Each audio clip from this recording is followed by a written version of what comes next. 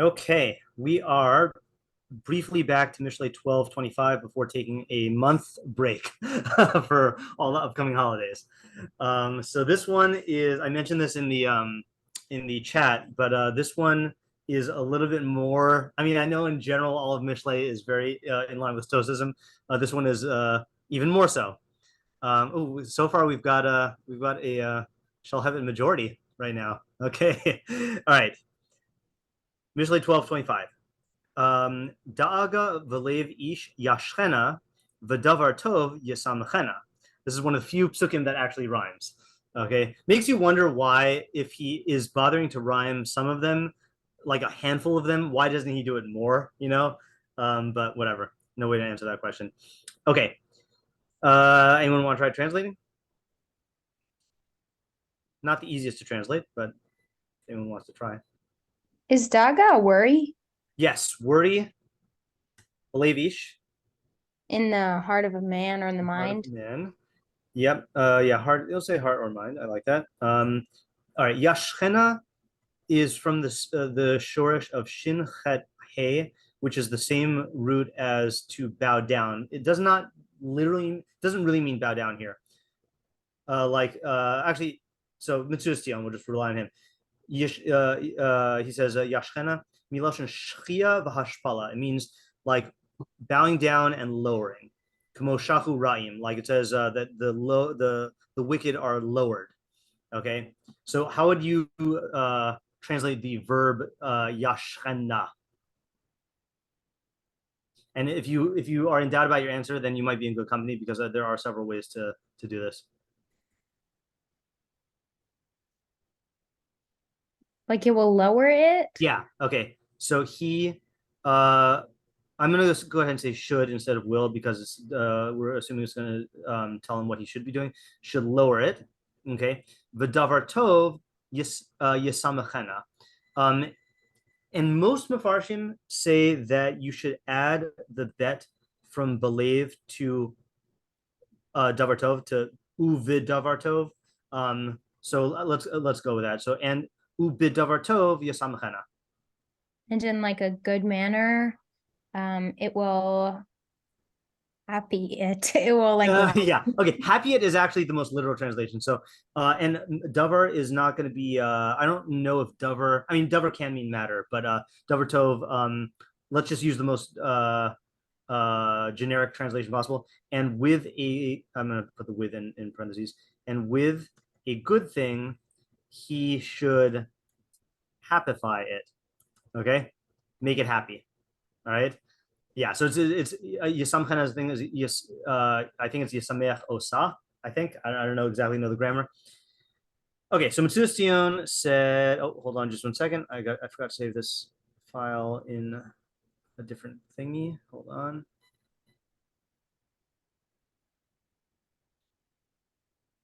Huh.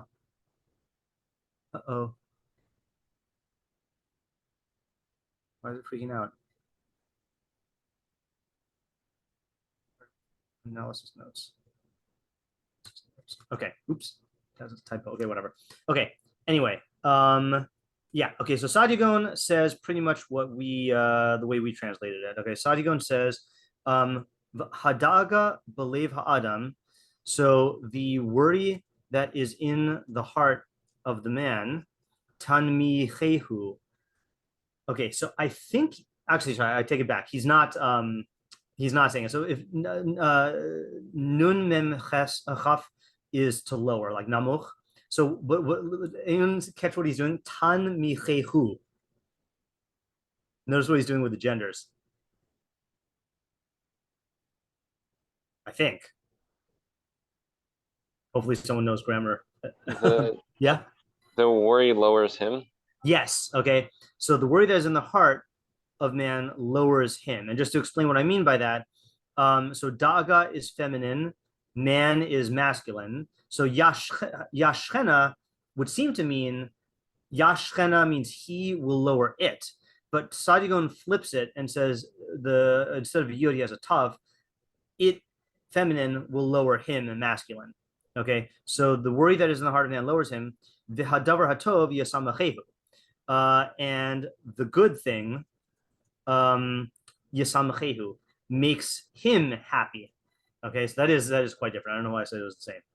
Okay, the Targum, I think this is just a literal translation, or very close to one. He says, Milsa dechilta belibe de gavra medachala.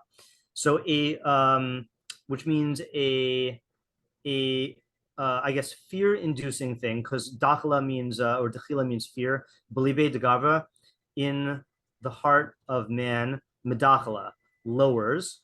Okay, and it actually works out that there's a kind of a pun, not a pun, but a closer parallelism in the language in Aramaic. Dachil and dachala in Aramaic are the same word. Umilaya tavaya mechadyanle, and a good matter makes him rejoice. Okay, so that also makes it about him. Okay, and then I have here, I'm going to start to add the Malbim when I remember, because Malbim was also a glossary. Yashchana is Mishras Shacha. That comes from the root of bowing down. The Mishkal Yigalena Shiashpil Osalamata. It lowers something to the ground. Okay, fine. Beneath. Okay. All right, let's we'll move everything around in a little while. Okay, Art Scroll says, when there is worry in a man's heart, he should suppress it. Okay, so that is just more forceful language than he should lower it. Okay, he should suppress it. Let a good thing convert it to gladness. Okay, and that is what we, that's kind of the way Avital translated it as make it happy. Okay, so make a good thing, let a good thing make it happy. Okay, Rav Hirsch says, care in the heart of a man, let him hold it down, but a good word can transform it into cheerfulness. Okay, so I think word is also a good translation here. Okay, Alter says, worry in a man's heart brings him low, but a good word will gladden him. That's very similar to Sadigon. Okay, he just says, yeah, that's very similar. Okay, okay, so we got a lot of translations to choose from here. I'm gonna move this down. And you know what I'm going to do? I don't know why I don't usually do this, but maybe because I don't usually need to. I'm going to actually copy all of these translations into the chat. Oh, and for those who missed it, now that I have a new monitor set up, I can actually read the chat during shiur without becoming annoyed to Noam. So you can actually type in there if you need to, and I will not growl at you or ignore you. Okay. Okay, so what are the many questions here? I feel like it's not an easy puzzle. Yeah, David? How is this a possible command to tell someone to lower worry? It seems like worry is an emotion that you can't just simply poof, stop it. Okay. All right. How do you do this practically, right? Oops, just a second. How do you do this practically? Can you really just lower the worry?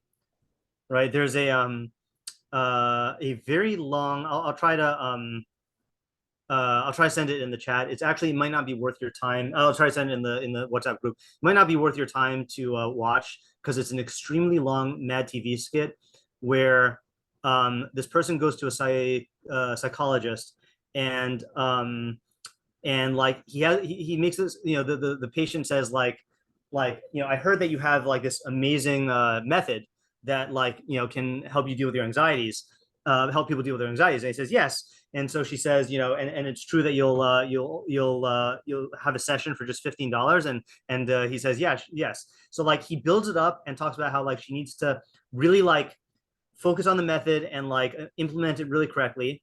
And then she says, okay, I'm ready to hear it. And he says, okay, are you ready? And she says, yes. And he says, okay. And then he just yells at her, stop it, stop it.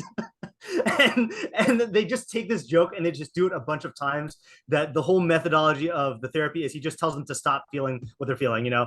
And obviously that's very, very bad therapy, but that's what I thought of when you said this. Okay, next let's go with my dad next. You know, I'm so, now that I'm teaching Mishlei to high schoolers, I'm used to not going in order. But whatever, let's go with my dad next, and then Rivki, then Avital, then David. Yeah. So my question is about the word worry. And okay. Is anticipating bad consequences and preparing for them necessarily, is that worry or is that something? Okay. So what does it mean by worry, okay, in this context? And then I'll put this into like a problem type question. like, doesn't Mishlei advocate like taking precautions ahead of time? Does that count as worry? Yeah. And if not, how do we differentiate? Okay, good. All right, Rivki. So I have two questions. So my first question is, what situation are we talking about here? I'm assuming that it's two situations, because in one situation he's, worried or upset or whatever, and then Okay. he isn't, like he's the opposite. So what is it just talking about any situation that someone is worried and any situation that they're happy? So that's my first question. Okay, so I'm gonna ask, what is the relationship between the two clauses? Okay, is this describing two situations, or is it one situation? And if it's one, then how do these two relate? Okay, you'll notice, by the way, most Mishlei pesukim, I translate the vav in the middle as but. Here I translated it as and. I think that is going to be the mainstream reading, that this is talking about one situation, but I think it's a good to ask the question here. Yeah, second question, Rivki. And then my second question is on Yisach Mena. So I was just wondering, not that it's obviously a bad thing to be happy, but what does he actually mean by, like, if you're in my head, like if you're enjoying something or you're happy about something, then you are. So Okay, I don't right. understand like what he's actually saying by making it more than it Okay. is, and why that's even a good thing. All right. So likewise, what does it mean to make it happy, or make him happy? Okay. Like, I'm gonna kind of put this in the same way that that we had for the first question. How do you do this? And isn't happiness just a natural result?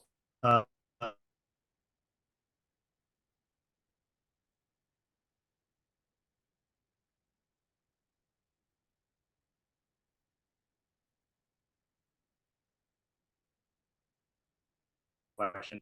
Yeah. Okay. Good. All right. Next was I forgot who I said. Avital, and then David. Yeah. Okay, I also have two questions. Okay. One is just about like, is worry and a good thing, like, are those two opposites? Are they supposed to be on opposite sides of the spectrum, or Okay. maybe just two different things? And Okay, also, so yeah. What exactly are the opposites? Okay, so is the opposite of worry is what is the opposite of worry? Okay, a good thing, or you could also say, or the happiness, right? I mean, because it seems to be that is the opposite, but structurally, then worry, the good thing seems to be the opposite. Yeah. The other question. The other one is this for somebody like giving over something maybe, or is it for somebody like who's received something? Okay. I mean, when you say is this for, do you mean like the audience of the pasuk? Yeah, I guess so. Yeah. Okay. So who is the audience of the pasuk? And what do you mean by giving over or receiving something? Like, what's the thing? Are you talking about the davar Like, or one way I thought was like, if let's say somebody has something for themselves that's either like worrying or like happy, like how we should deal with that, or somebody who's giving over information, like how you should speak to people, maybe trying to convey something or whatever. I don't have like an idea. Okay, sure. So who's the audience of the pasuk? Is it the person who is experiencing the worry, or is it the person who is in a position to do something about another one, a second person state? Is that what you meant? Okay. Yeah. I'm just trying to put it in just broader terms to not like take stances on. Okay, David, and then Isaiah. Okay, two questions. Yeah. One, the Vav Tov, is that like an actual activity that the person is doing, or is that more like a thought to address the worry? Okay, so let's just ask this in a generic way as well. Let's put this over here. what is the good thing or word? Okay, is this like a Compliment? thing or word? Say it again. Like a compliment. Yeah. Or is this some sort of activity? Okay. Yeah, Isaiah. Oh, sorry. That was the second question. Yeah. Yeah, and my second question, the pasuk seems to be supposing that worry is not a good state to be in. Something like intrinsically, it's not good to be in worry, and you should be getting rid of it. Yeah. I mean, I could see why it's not like a pleasant thing, but is that necessarily a bad? Okay, so I'm gonna tack that onto the first question here. Okay, is this worry an objectively bad thing that should be gotten rid of? Yeah. Okay, Isaiah. Okay, I guess I'll also join the two question train. Yep, that seems to be the trend tonight. So first question is, what does the modifier of belays add to the daga? Like, is belave a certain quality of the daga, or is that just how you say like a person who's worried? Like, okay, right.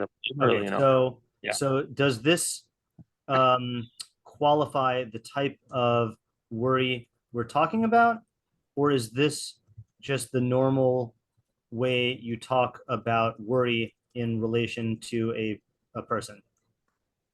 Right. Okay. And also, so I came a little late, so I'm not sure, because I see we asked how do you practically do the lowering of the worry. Yeah. I don't do we just ask? To me, it's not obvious what lowering your worries is at all. Like, I just don't know what that would mean. Okay, yeah, right. So I'm gonna actually make that the leading question. What does it mean to lower your worry? And then how do you do that practically? Okay. Yeah. Okay. Let's go with Rivki, then my dad, then Ayala. Okay, so just a question on Isaiah's question. Yeah. Believe.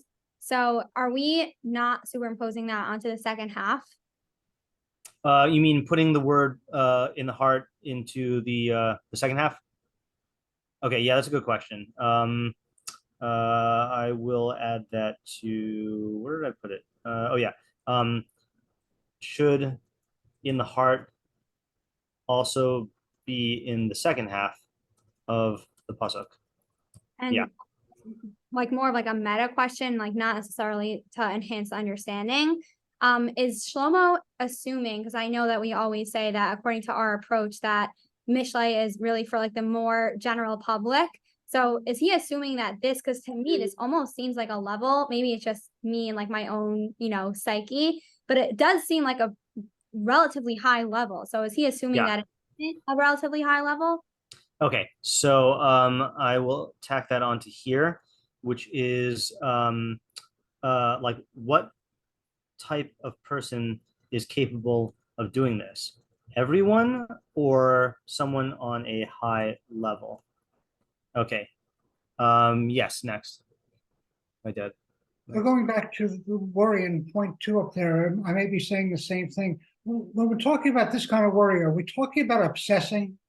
Is that really what lowers the person? Is not just worrying, but being consumed by the worry. Okay, so I will say, yeah, I'm going to put this over here. Is there a certain degree of worry that this pasuk is talking about? Okay, that's a good question. Okay, Ayala? So I think joining on to question 1, but what exactly are the like Mishlei consequences which like are happening here or would happen here? Like what is the situation maybe? Right. If that's not a question. Right. So yeah, I'm gonna put that at the top. What is the situation here and what are the consequences? Yeah, and I agree that can be tacked onto question 2. I just want to make sure I ask it on its own. Okay, and then I see Noah in the chat has, what is the faculty of lowering versus destroying? Right. Okay, so and what or sorry, facility of lowering versus destroying. Oh, so that's actually different. Those seem like 2 questions. You want to add to clarify your question, Noah, or? leave it to me to figure out. I guess I will figure it out. All right, so I'm going to say, what does it mean to lower your worry as opposed to like get rid of it? And then for the how question,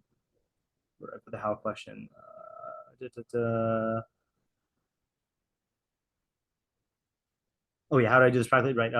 What?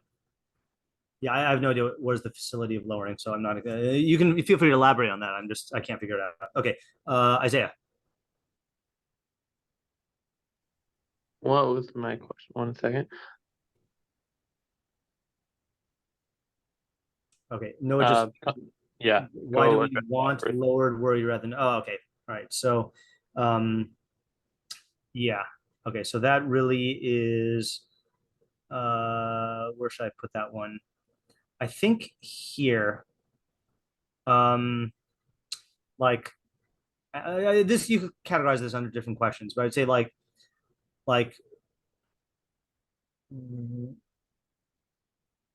what is the goal here? And why does it seem to be limited? Oops, sorry. To be limited to lowered worry rather than eliminated worry. Okay, yeah, Isaiah. Actually, what was the goal here is my question. All right, good. Yeah, I'm still not entirely decided about how to like separate these questions here, but okay. Are those all the questions? Let's see. Dagalev ish dashchena v'davar tov yisamachena. Yeah, I think so. Now I noticed that we're kind of all asking the questions based on our translation. We just should be sure not to forget Sadigon's translation and reverses. Oh, sorry, no, Sadigon's, that the worry that is in the heart of man lowers him, and alters is the other one. Worry in a man's heart brings him low. Okay, but so just keep that in mind. But I'm totally fine just sticking with this translation. Yeah, Avital? Just in some ways, it feels like we're missing a bunch of context. Is this within other like similar? Yeah, that's a good question. Let's look at it just to refresh our memory. Okay, so the last pesukim that we've been doing is are about, yeah, seemingly not. Yad charutzim timshol urumiyati lamas. The hand of the diligent will rule, and the lax person will be like dependent. That was about like work. I think that's how we learned it. And then the next pasuk is Yasser mire'ehu tzadik v'derech rashayim tat'im. A tzaddik is better than his fellow, and the path of the wicked will cause them to stray, I guess. Will cause them to err. Yeah. So no obvious connection. And when I looked at the Mefarshim, none of them joined this pasuk with any of the other ones, to my recollection. Like they didn't, even the Mefarshim who typically group the pesukim, I didn't see anyone joining it. So I think this is a standalone. Okay, thank you. Yeah, good question though. Okay, so let us copy and paste these questions into the chat, and then we'll have our thinking minute, and then we'll come up with ideas. And there are a lot of ideas here. I feel like this is going to be a bountiful yield. Will feed us for weeks. Okay, let us have our thinking minute.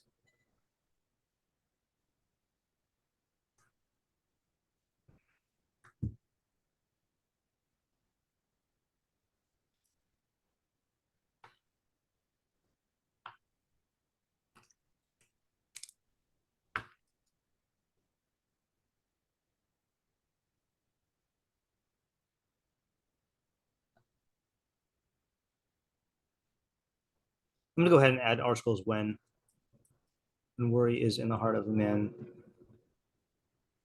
Should lower it. I ask another question. Yeah. Sorry. Yeah.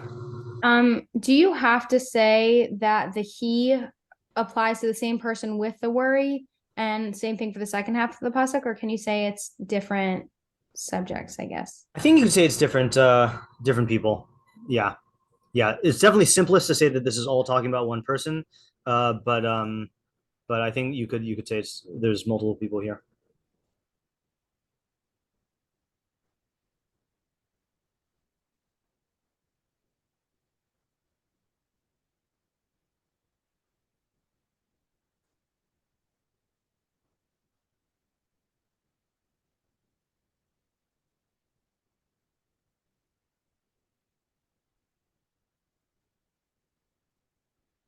Okay, who has an approach?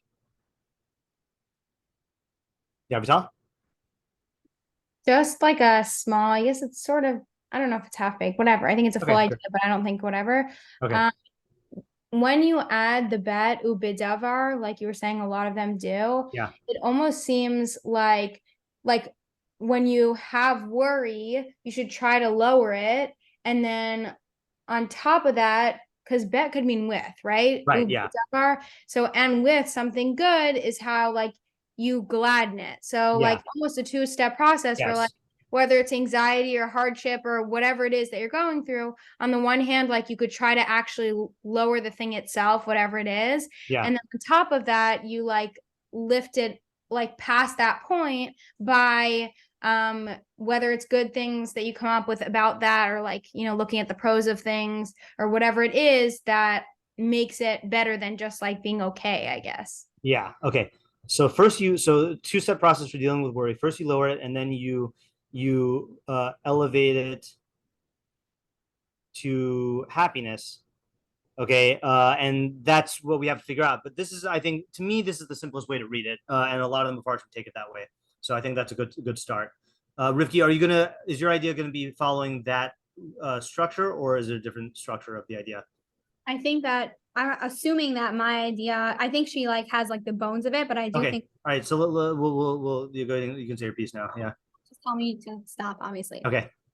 Okay. So I was thinking that I personally don't necessarily think that worry in and of itself is a bad thing. I think that worry is literally like, I don't know if I would say evolution or whatever, but I do think that it's a construct that we have in order to, almost like how we say pain also isn't necessarily a bad thing, that it's almost like a warning signal of something might be wrong. And that obviously necessarily in a case of someone who has literal anxiety that, you know, would be more than just a quote unquote normal amount. But in general, that is what I think of it. So I think that in this case, he's saying that once you're like alerted about a situation that could potentially be bad, that if you have to be able to lower in order to handle it. So it is inherently a bad thing, but recognize the situation for what it is in and of itself, because if you don't lower your anxiety or worry, then you're not going to be able to analyze and deal with. Okay, that's good. That's good. I'm going to put this as a separate line in case Vital's approach could be developed in other ways. So, worry itself is a good thing because it helps you to take precautions. Okay. However, once the worry serves that purpose, then there's a danger that it'll interfere with your thinking process, okay, and cause you to, I guess, make you more prone to the consequences you're trying to avoid, and make you more prone to the consequences you're trying to avoid. Is anyone thinking about the same movie scene that I am, that I showed you guys at one point? So this is the movie The Bridge of Spies, okay, which is based on a true story, and it's Tom Hanks, who is this lawyer who is I'll put this in the Mishlei chat afterwards also, who is appointed to defend someone who's accused of being a Russian spy. And this guy who's a Russian spy is one of the few characters in movies who is Chacham.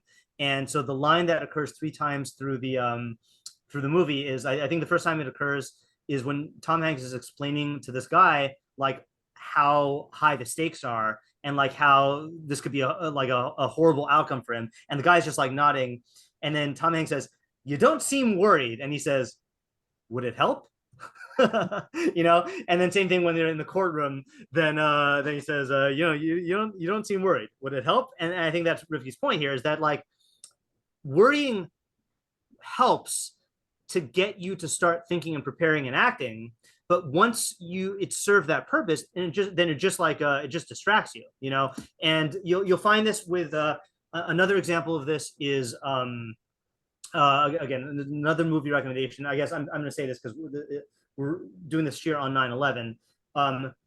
Best 9/11 movie I've ever seen, but also one of the top movies period that I've seen, is a movie called United 93.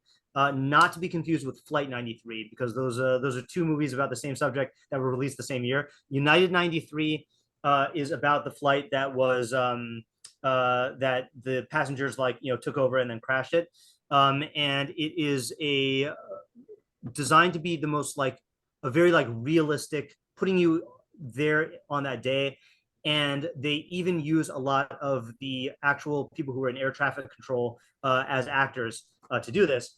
And you see how much panic there was in the air at the time when people were just trying to figure out what was going on. And the key people who were making these decisions had to shake the worry out of their head in order to be able to break out of the paralysis and then act. There's the this is not a spoiler, obviously, but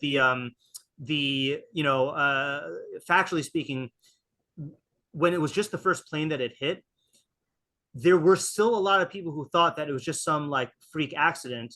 So in the movie, one of the most chilling parts is when they see the second plane crash, and then everyone just freezes in disbelief. And then, it's just total disbelief. And then they have to just shake off that worry and then just move forward. So that's just another example that comes to my mind. Okay, good. So Rifki, do you have an approach for the second half, or was that just for the first half? Yeah. So I think the second half is very related to what Avital was saying also. Yeah. That, and not necessarily that he should quote unquote happify it means that you're going to take that worry and then be on cloud 9, because obviously don't healthily, it's not a normal thing. Right. But I do think that you can understand the second half of saying that with something, it doesn't have to be something so crazy amazing, but just making your brain, training yourself to look for things around you in your environment to be, to say, okay, I am okay, and it's going to be okay. And then basically look for things that can make you be in that place. So okay, whatever it is. Okay, that's really good. Okay, so the second half is not telling you to become deliriously happy, okay, or any other level of happiness that would interfere with your thinking, right? Rather, you should be on the lookout for things that can help you, and you should I don't know if this is what you were saying also, or if I'm interjecting this with this, that you should also keep an open mind to the ways that this could turn out well, so that you can bring those outcomes about. Okay, yeah. Okay, good. This is a complete idea.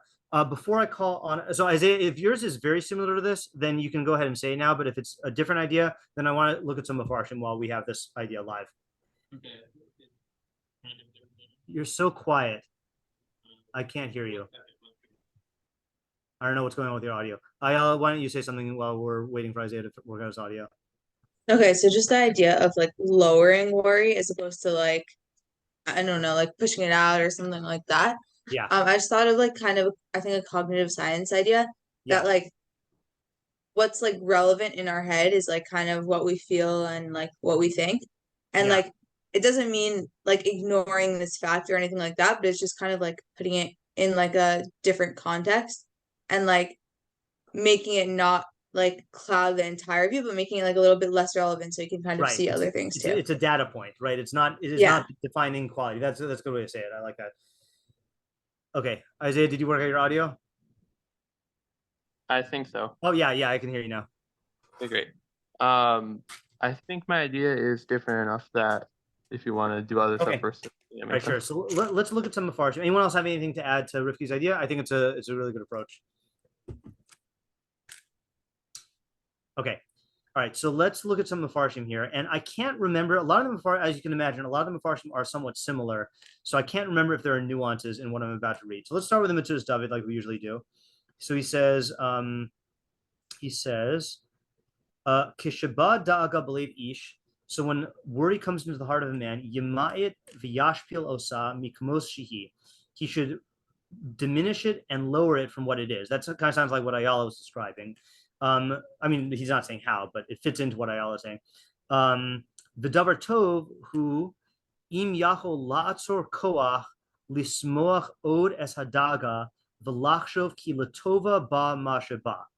Okay, so that is slightly different. He says it is a good thing if, which sounds like it's not a certainty, if he is able to, how would I translate? I had a good translation. To make the obstacle the way. Yeah, make the obstacle the way. That's really good. Yeah. Yeah. That is a good application of this. I was thinking though to translate lots or koach. I don't think muster up the strength is a good translation, but that's like the vibe I'm getting.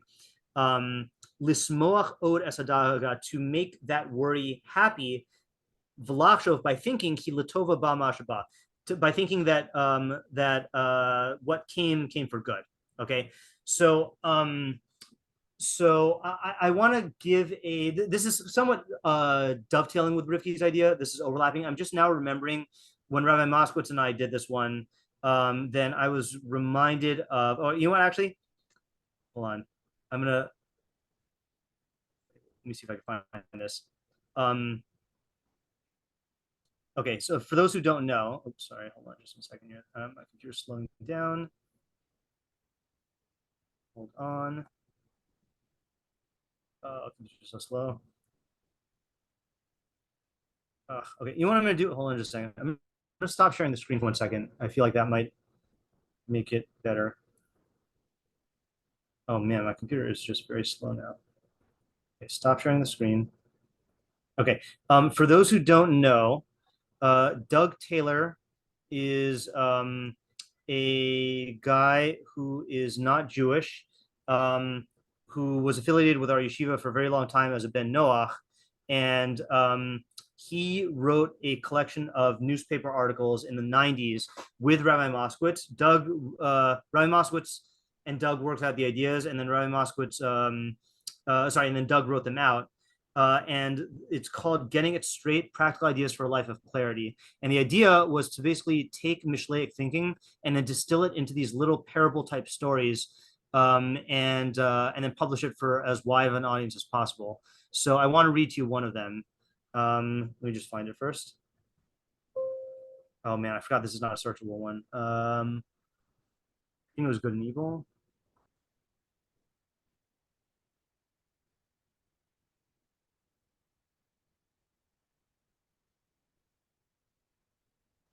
Yeah, here it is. Okay, so I'm going to go ahead and read this because I know I don't have to in order to get the idea, but it's fun to read. Okay, and if you want any of these, then I can send this to you. Okay, so this is again. So it has kind of like a Aesop's fable type, like chicken soup for the soul type feel to it. Okay, so this one's called Good and Bad, and the Rabbi Moskowitz, a character he called the King of Rational Thought. Okay, so you probably have something really wizardly to say about all this. This was in the 90s. Okay, I challenged, not hiding my sarcasm very well. I was in a foul mood. Running into my friend, the King of Rational Thought, while waiting for a table at a neighborhood restaurant had cheered me for a split second. But once I related to him everything that had happened to me in the last 5 hours, my sullen gray outlook returned.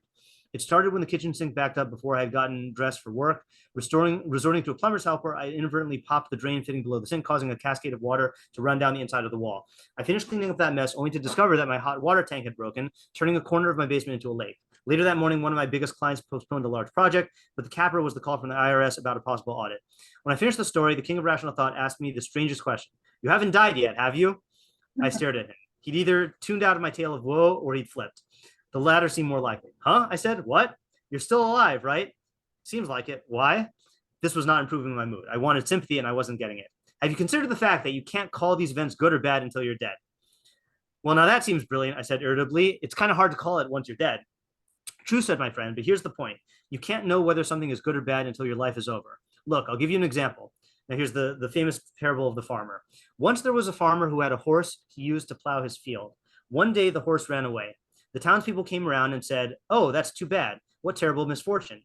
But the farmer replied, 'Maybe it's bad, maybe it's not. It's hard to say.' 3 days later, the horse came trotting back into the barn, leading 5 wild mares. 'What good fortune,' the townspeople said. But the farmer replied, 'Good, bad, it's hard to say.' 2 days later, the man's son was thrown while trying to break one of the wild mares, and he fractured his leg. 'What bad luck,' said the townspeople. But the farmer just replied, 'Good, bad, it's hard to say.'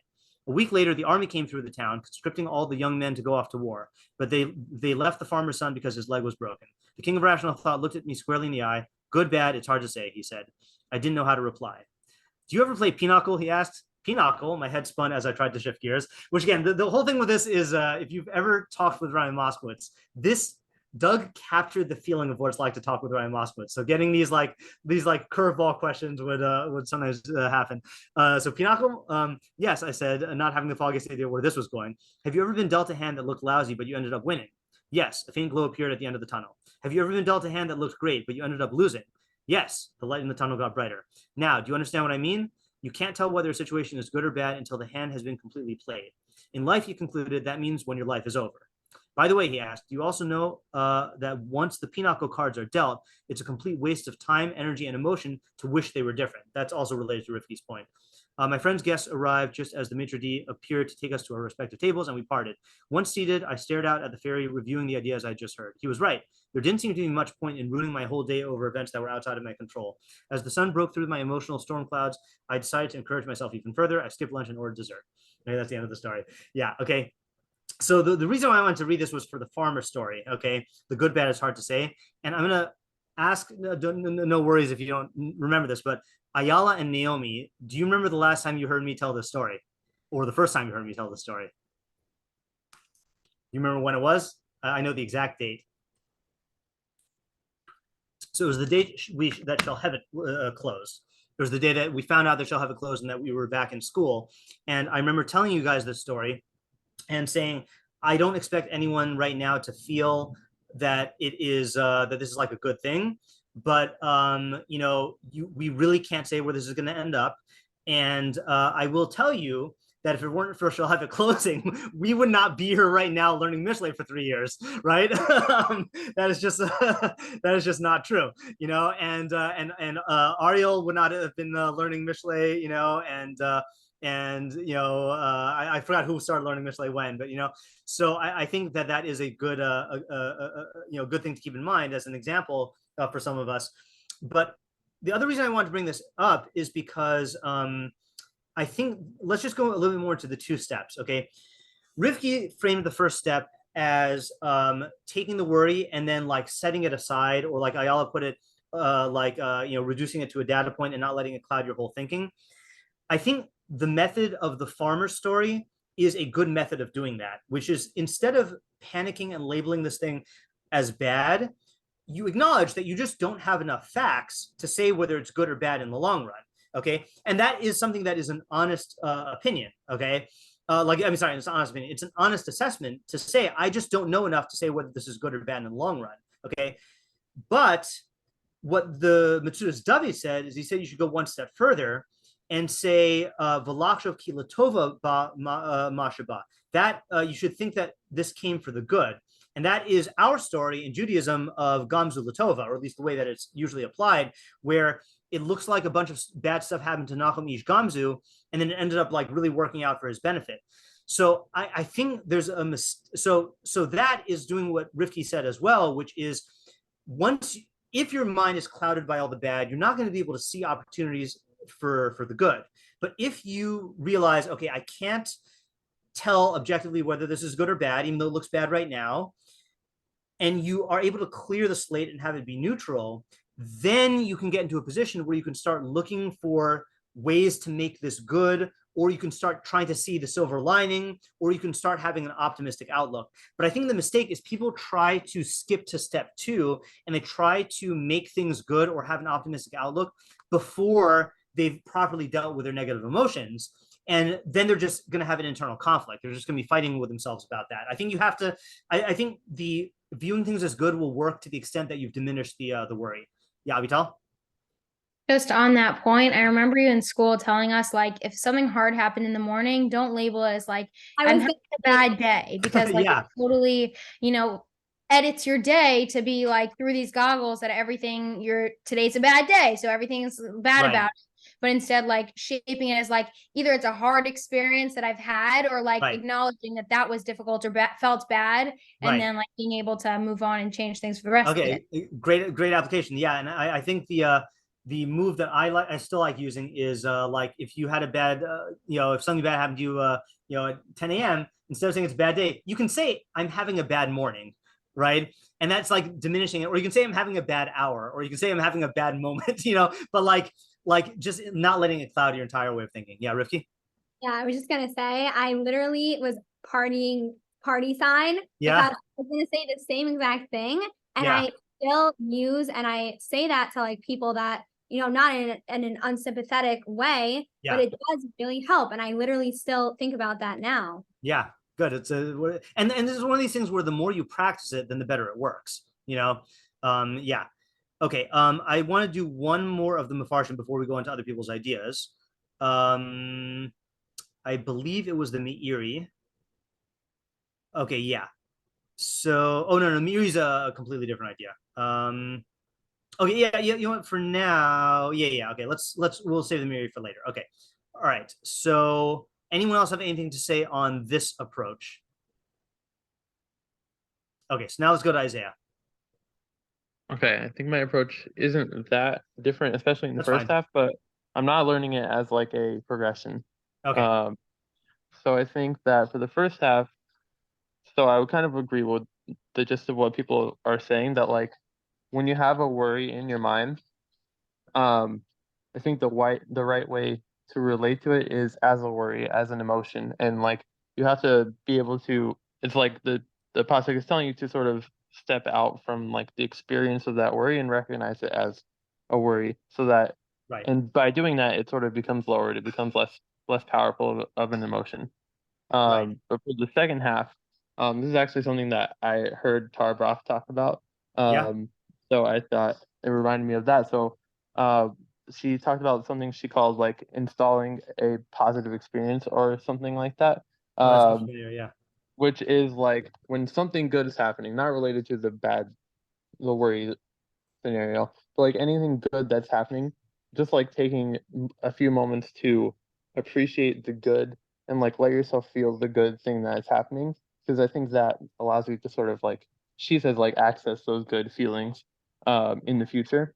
Yeah. So this is sort of the opposite of the like sort of recognizing the good emotion and like realizing that it's a good thing that you can like allow yourself to feel when a good thing is happening. Because I think if you allow yourself to overthink it, then like you kind of miss out on the good. Okay. So how would you describe? I see you're not saying it's a two-step process. How would you describe the relationship between the two halves of the pasuk? Because I could see several ways to take it.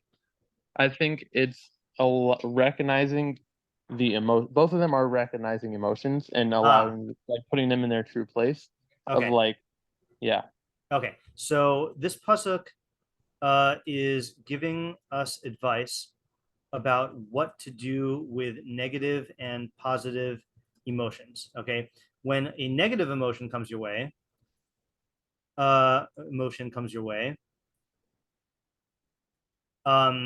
recognize that it's just an emotion. Now, that does not mean, not denying it or repressing it, but allowing yourself to feel it as an emotion, right? In other words, you do have to allow yourself to feel it, but you can't let it hijack your thinking and take over your whole way of viewing the world. It is an emotion, and I am feeling this now, and but that will lower it. In other words, that's going to make it take it off of its power perch. Okay.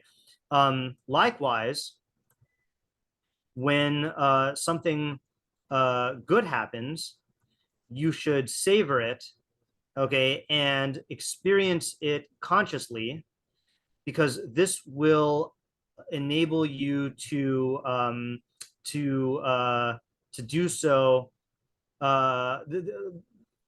This is a skill that can be improved and can improve your life the more you practice it. Okay, and this is why, again, I got my tonight is my 791st night of gratitude journaling, and part of the gratitude journaling is not just writing down the 3 things that you're grateful for, but also writing a moment of savoring. And the way Tara Brach explained it, that is one of the things you're doing, is you're training yourself to be able to stop and feel the good things, which will make you more prone to feeling the good things in the future. Okay, that's good.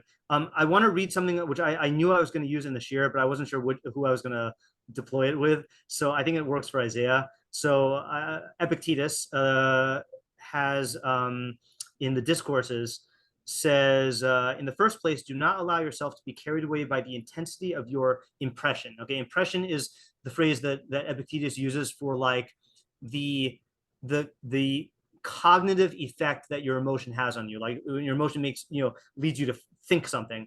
He says, would say, impression, wait for me a little. Let me see what you are and what you represent. Let me test you.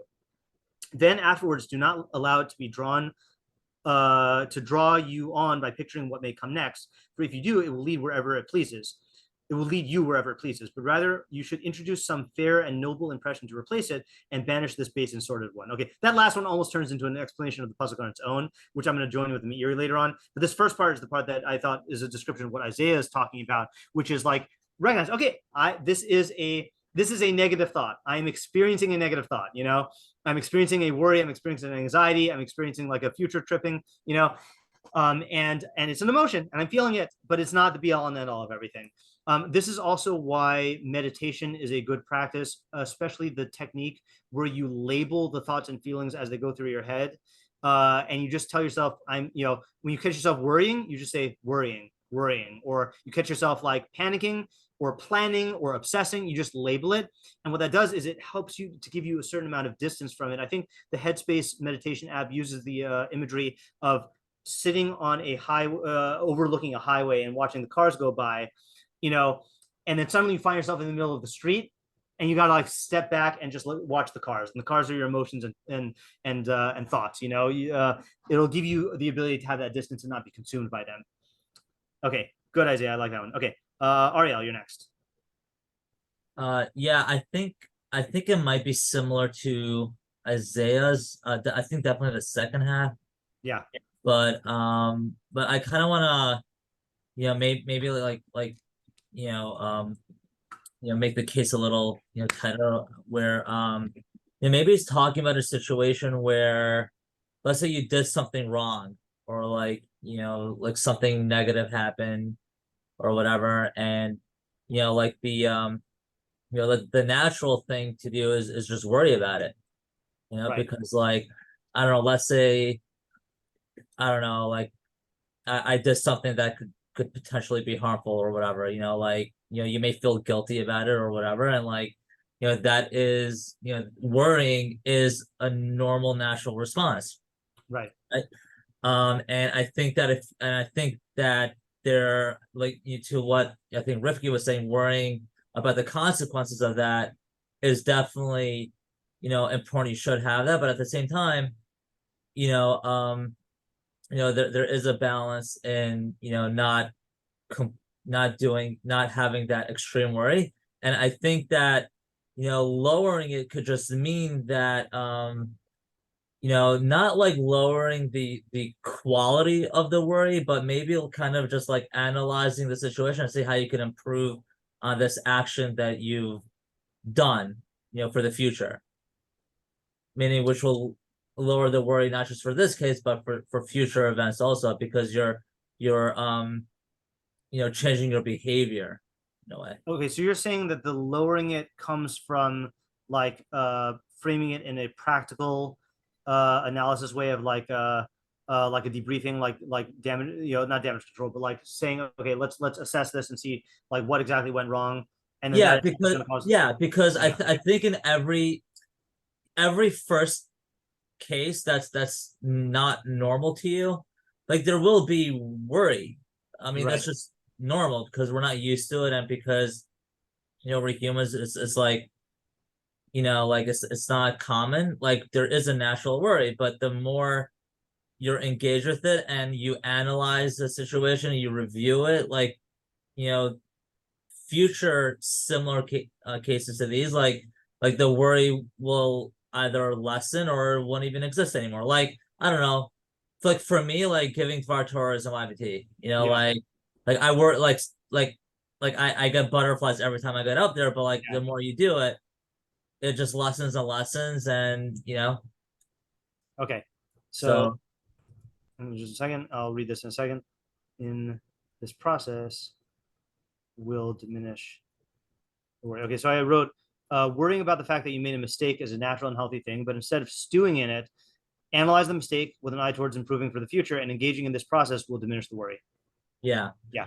And I think the second half is kind of like what Isaiah was saying, like look, you did something good, like double down on it, like enjoy, like you should be happy about it. I don't know what else to say. Okay, yeah, I feel like if you could get an idea for the second half that is a parallel to the first half instead of copying and pasting Isaiah's, then I think your idea would be stronger. That's the thing. Like I wasn't copying Isaiah's. Like it just when he's like I that was already with. Right. No, so I'm just saying like think about, is there a way that you can like extend this idea into the second half? Yeah, Rivki, you want to add something? Yeah, just like a practical example, I think of the first half of what Ariel was saying. Like I don't know necessarily how much like at that point you could really think about that, because I don't know. I like the idea. I'm just trying to think about how it would be practically. Yeah. But literally today I had my first day of field work, and I was literally so nervous because it was just a new situation.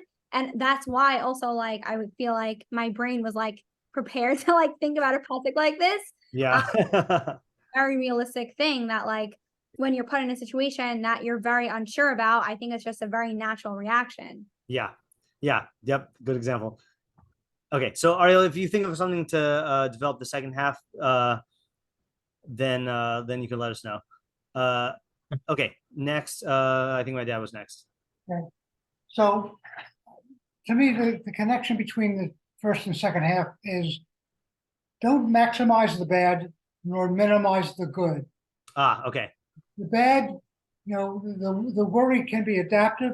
Obsessing is destructive.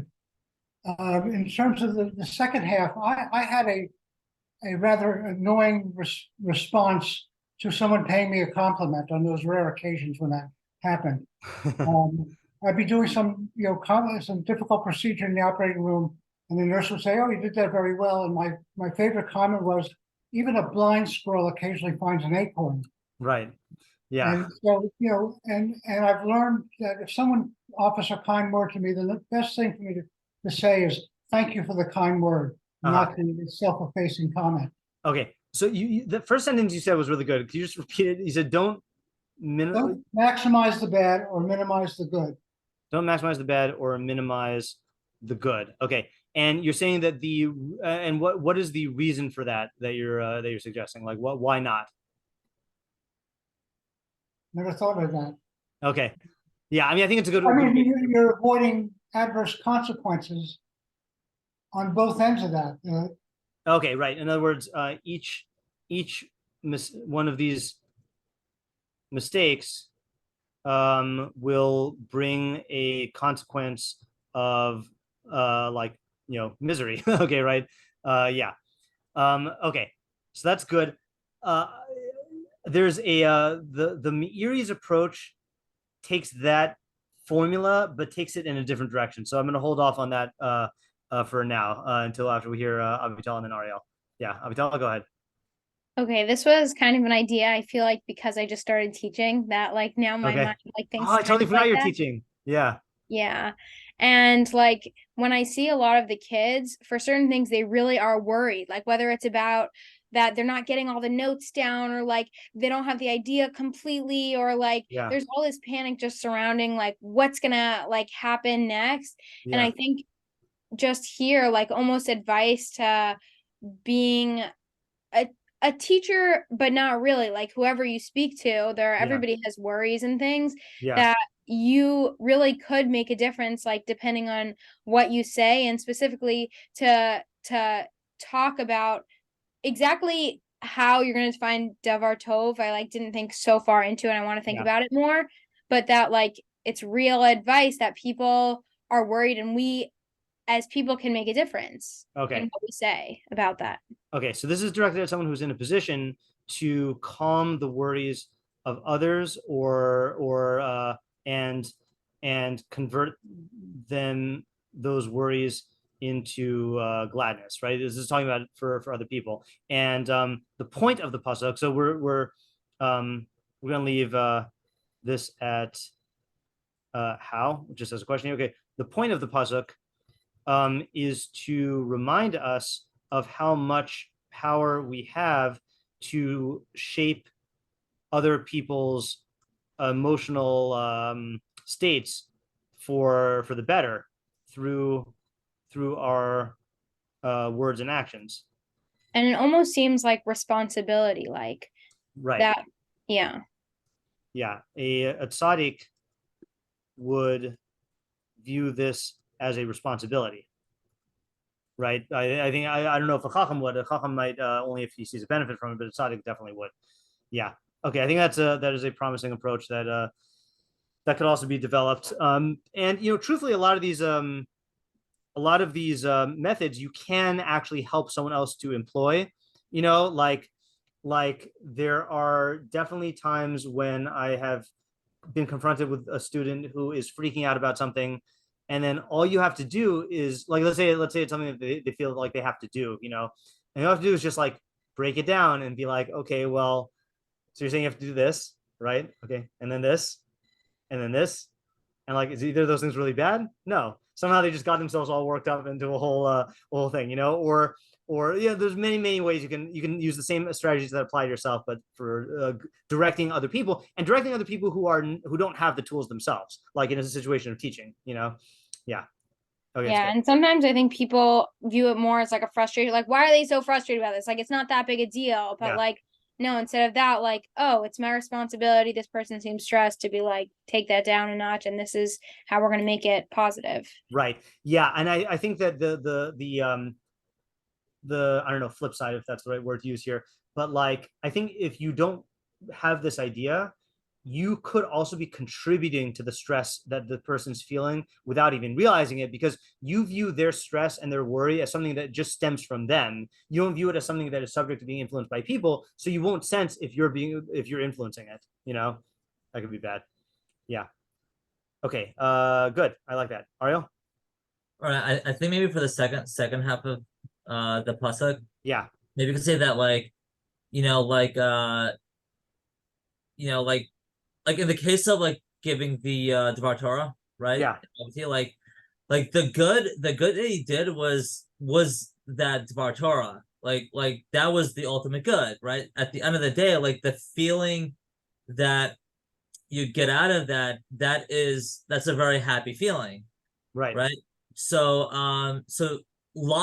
if you're able to, it's funny, if you were to compare this logically versus like emotionally, like the first half of the pasuk was like all emotional, the second half of the pasuk is really like looking at it from a logical perspective, right? Because if you see other people giving Dvar Torahs and they see that it's good for people, and like there is like a positive feeling associated to it, like like the joy of like giving over Torah or whatever, like in that specific example, like you should be able to logically understand that there really shouldn't be any major worrying that's there. I'm not following for two reasons. One reason is I'm not sure how the first half is you say the first half is emotional, the second half is logical. What I mean is, like, I just don't understand what you mean by that. All right, when you worry, right, that's really like more of like it's stemming from some sort of insecurity. Okay. Right, which is normal. Right. Right. Right. Like, for instance, like if you see someone giving, I don't know, like a shiur every single day or a Dvar Torah every single day, right, and he came out fine, like nothing negative happened to him. Yeah. Right. He's still around. He's still breathing. He's right. There's logically nothing to worry about. Right. Like, yeah, you may have your own feelings for your own, self, whatever feelings of it may not be perfect, this, that, whatever, but those aren't really, tangible things that should really affect your decision making objectively. Okay. I think the Meiri is going to help out your idea a little bit. I think that's going to answer the question I had as well. Let's look at the Meiri, okay? And tell me if you think this is on the same track or a different track. All right, now this, okay, so far, just go back to Rivki's question really quickly about what type of person is capable of doing this. I think so far, like, yeah, you need to practice this, but I think these strategies are all within our reach, But the Meiri is talking on a higher level. Okay, he says like this. This is telling a person that he shouldn't worry about chance occurrences, and should not be excessively pained by them. He should recognize that the world is transient, right? The world is temporal, right? It doesn't last. The material world. You should not be too happy about its successes, nor should you be too sad, too worried about its causes. Okay, meaning about the bad things that happen. The imitzad rahus. So let's start off with that for a second. Okay, so what he's saying is that you have to recognize like what is objectively good and objectively matters in life. Okay, and I think Ariel, I think this is why I was confused about your example, because yeah, it works out an example of a Devar Torah, because that's objectively good. But I thought initially you were talking about like all situations, and that's why I was getting a mixed message here. But the Meiri is saying focus on what the real good is in life, and like the stuff that people care about mostly is just is hevel, is just like nothingness or things that are like temporal. Okay, similar to I just have to bring up a Rambam here. The Rambam in the Hilchos Deos, in the laws about by the way, I closed that.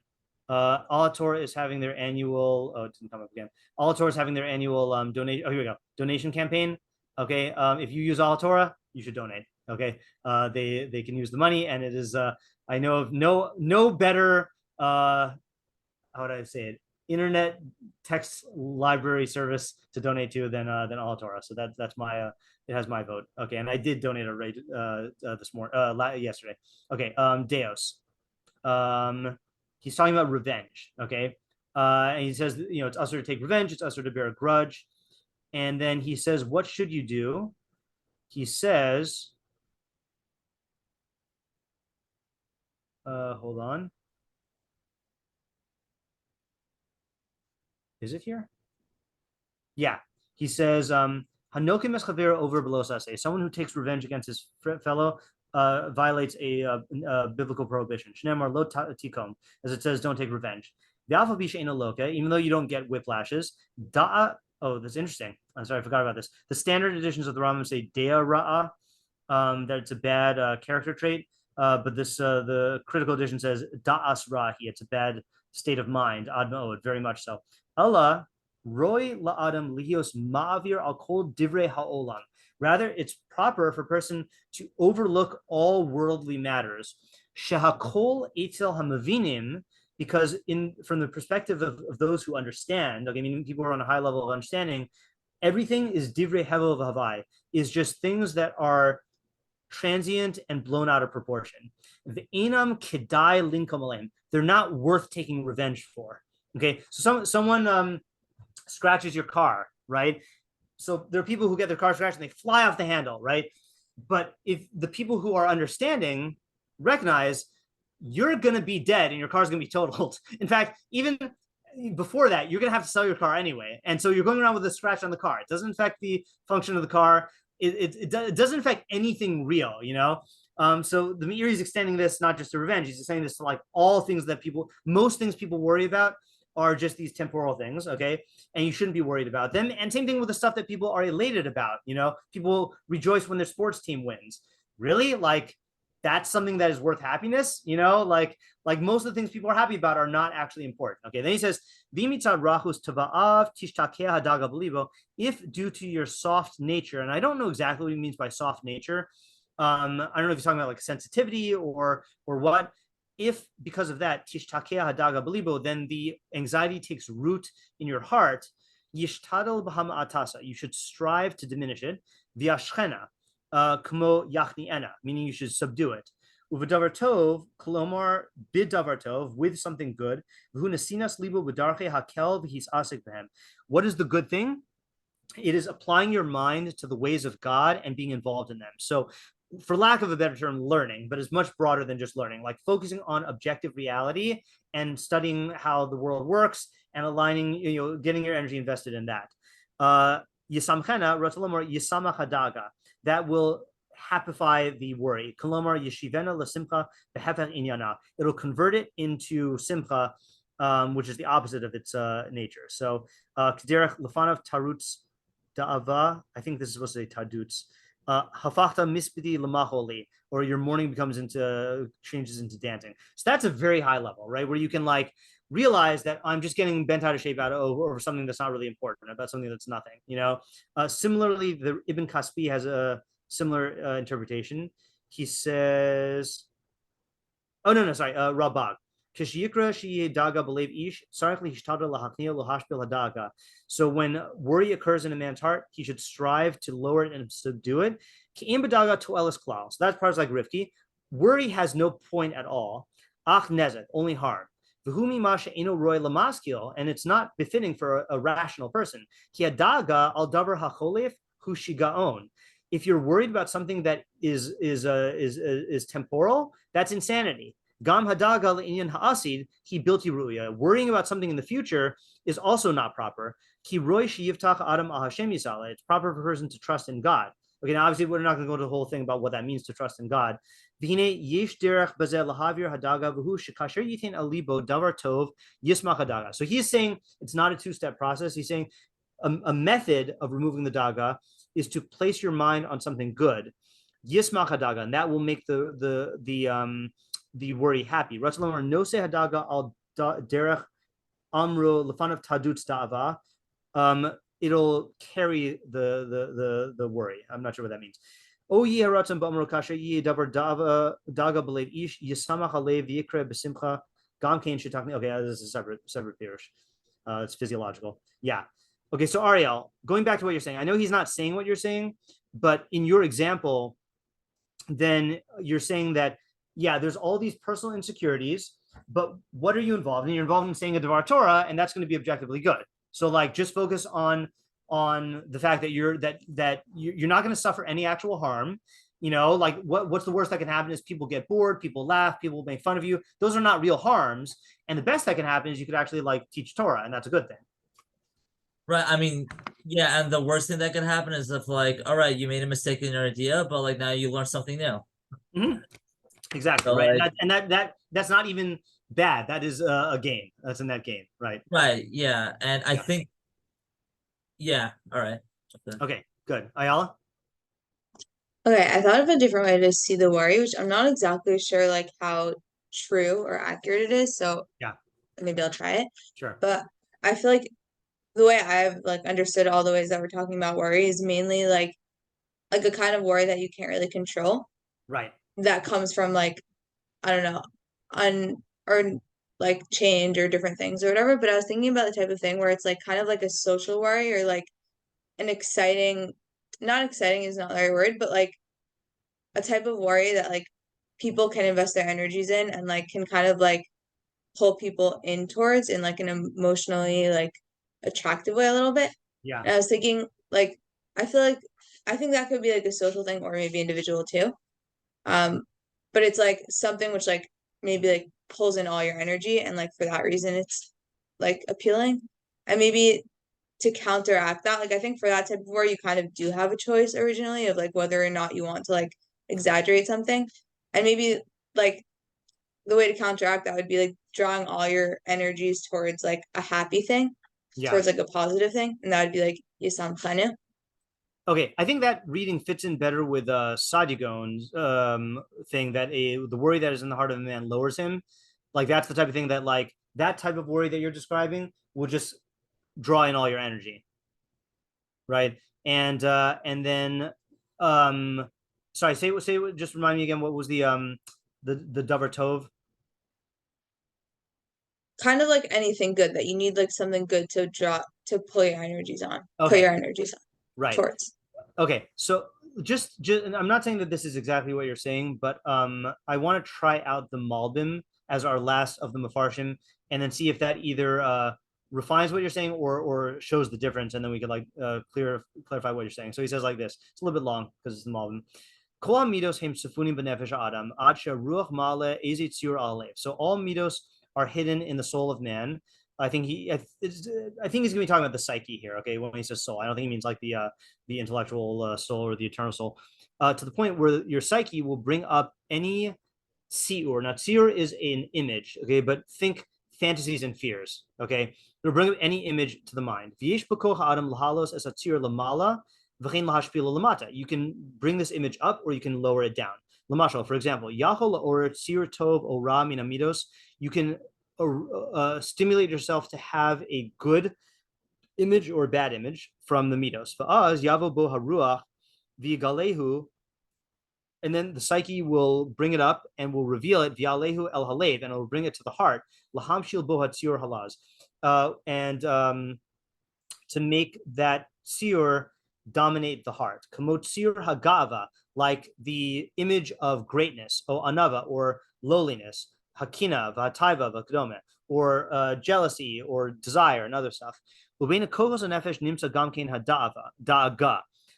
Among these faculties of the soul, there is also worry. This is what people are worried about for the future. That image,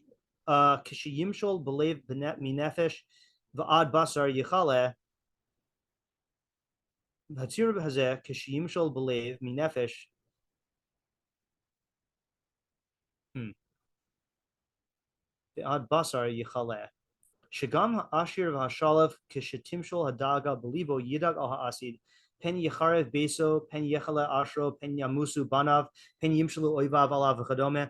So I'm not exactly sure to translate that part here, but this other part, he's giving an example. He's saying even the wealthy person, when that worry seizes him, then he's worried about the future, lest his house be destroyed or his money vanish, or lest his children die or his enemies overtake him. And he's in a constant state of anguish.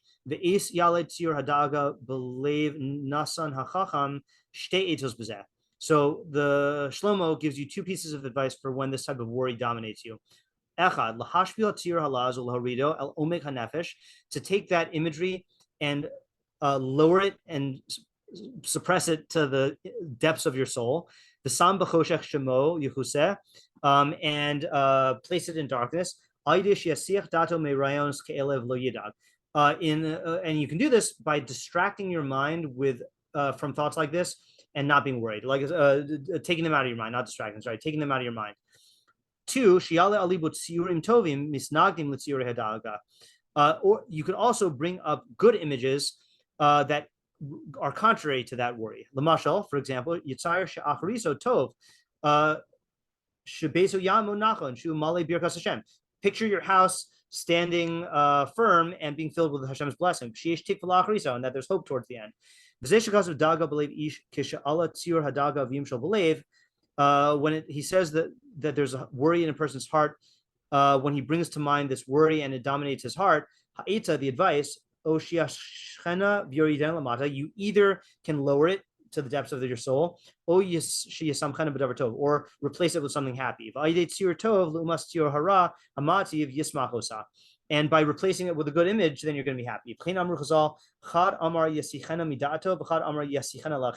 Oh, this is an interesting Rashi, or it's a Chazal, that they darshan it. They say, some say the word should be yasichena midato, which means remove it from your mind. Others say yasichena la'acherim, converse about it with other people. Ushneim emes, both of them are true. Yusanim b'shnei chalki al-kasav. Both of these are true, and they both fit into the two halves of the pasuk. B'ma shekasav yashchena hu shiyasichena midato.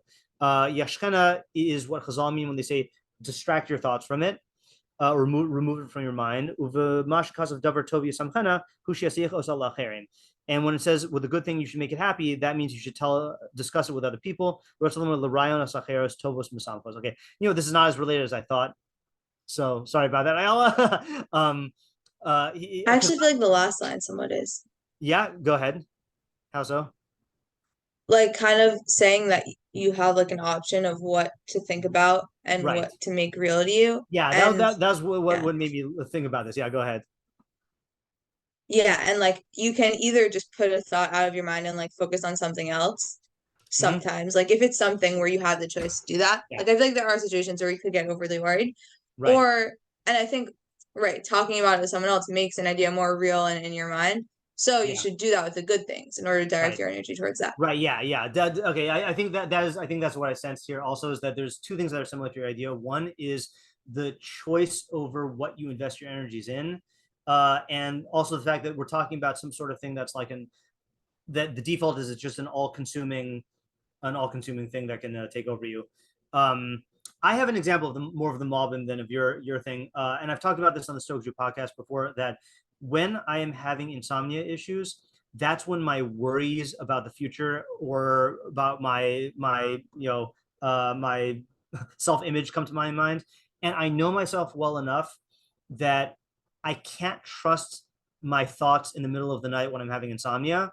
So I just, through sheer willpower, like push it out of my mind and say, okay, you can think about this tomorrow when you're clear-headed, and then that allows me to like distract myself from it. And then finding something else to think about is the prevents the energy from attaching to those things anymore. Okay, there are many more ideas, but I think this is a nice haul for tonight. So let's just do a quick review here. We had Rivki's and Avital's and David's idea, which is that this is a two-step process for dealing with worry. Lower it, then elevate it to happiness. And the way I explain this, based on the Matsudas David and the farmer's story and the Gamza Latova, is that you first have to diminish the badness, by recognizing that you're coloring your entire perspective from this one emotion. And the emotion doesn't even have a basis. You don't know whether this is bad. There are many things that start off bad and end up being good, or end up even being better than they were before, So you just don't know. And also all the other techniques we said about, like, it doesn't mean that the whole day is bad. It doesn't mean that you're a failure, all this stuff. Whatever strategies you want, you can diminish it.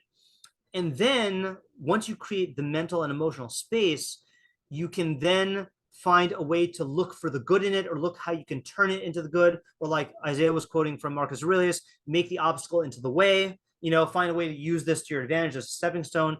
But the essence of the idea is that it's a two-step process, and that you can't do the second one without first doing the first one. Okay. Then we had Isaiah's idea, which is giving you advice about what to do with emotions, not letting the negative emotion dominate you, realizing though it's just an emotion and I should feel it, but not get consumed by it. And then when the happiness comes, allowing yourself to feel the happiness as an emotion, which will predispose you to having those feelings and enjoying them even more in the future. Okay, then we got Ariel's idea, which is that it's natural to worry about stuff, especially when you make a mistake, but you can't let yourself be dominated by that, because there's no point in that. But if you analyze it and say, well, what good can I get out of this in terms of like for the future or whatever, then you will find good, and you'll have taken that worry and by the end of the day made it into something that's actually good. And then we got my dad's idea, which is how you we amplify the bad and we de-amplify the good, and it's just our detriment, but we didn't fully develop that idea. Then Avital had this idea of taking everything we said but applying it to, if you're in a position where you can affect the emotional mood of others, then you should take advantage of that and use your methods to do that, and you have somewhat of a responsibility for that. And then Ayala was theorizing that this is talking about a more all-encompassing like social worry, and that you have to find something else that could be an equal draw of your energy. I actually have an example that I saw on Facebook earlier today. Someone was saying how they were already, they implied that they were already struggling with like unhealthy types of partying in when they were like in their first year of college. I guess they had like unhealthy partying in high school. So this person said that when he would find out that all of his friends were at a party that he wasn't at, it would totally consume his thoughts, and he would have a hard time getting out of that because of the fear of like missing out. And you see that one thing that I guess that 12-step programs do is they create a fellowship of like a separate social identity, a separate social group that can be something that you invest your energy in for your own growth instead of in harmful ways. So that's like a way that that can use that. And then last thing is we had the Meiri, which I think really actually fits better with Epictetus, which is that when you can voluntarily like use your imagination to have positive visualizations and to replace the negative ones with the positive ones in order to affect your mental state. And those are two methods that you can use. Okay. I held this in reserve just in case, the Seneca thing from his letter on groundless fears. There are more things likely to frighten us than there are to crush us. We suffer more often in imagination than in reality. I think that's just a good thing for this type of worry in general. And Rav Hirsch has a very short commentary here. The word yashchena from shacha means to bend or to hold down. A man should not let himself be conquered or overwhelmed by a sorrow. A sympathetic word, however, can raise him up to cheerfulness. That's more in line with the way that Avital was saying, that I mean, this could be directed at the person who's suffering this. Talk to someone who's going to make you happy, or if someone else is unhappy, then you should talk to them, and you can affect their mood with your words. Yeah. I just watch comedy after, Yeah, that's another thing also. Yeah, that could be a davar tov. Doesn't have to be objectively good. Okay, this is a very good good pasuk. You see what I mean by the stoic, very stoic, very cognitive behavior approach. And bli neder, let me just look at the calendar here. So hold on just a second here. Okay, so next week's Tzom Gedalia, the week after that Yom Kippur, week after that is Sukkot, week after that is Shmini Atzeres. Sorry, no. I just lost the count. Whatever. The earliest I think we can possibly have shiur again is October 16th. I don't yet know if I'm going to Connecticut then. Even if I am, I might still be able to give shiur. I just let's just pencil that in as a possible shiur date. Okay, but just no commitments yet. Okay. October 16th is Yisroel Chag? Hold on. I'm pretty sure a Monday is Yisroel Chag, no? I have here that Yisroel Chag is on the 9th of October. Oh. Yeah. Okay, never mind. Yeah. So that one I definitely can't give shiur. Right. But possibly the 16th. Yeah. Okay. So we'll be in touch. Okay. Have a good everything that's coming up, everybody. Rosh Hashanah, Zir Shmei Tshuva, Yom Kippurim, Sukkot, Shmini Atzeres, and hope to see you in other shiurim. All right, I'll see you on Wednesday. Thank you. Yep. Okay. All right. Take care. Have a good night. Bye.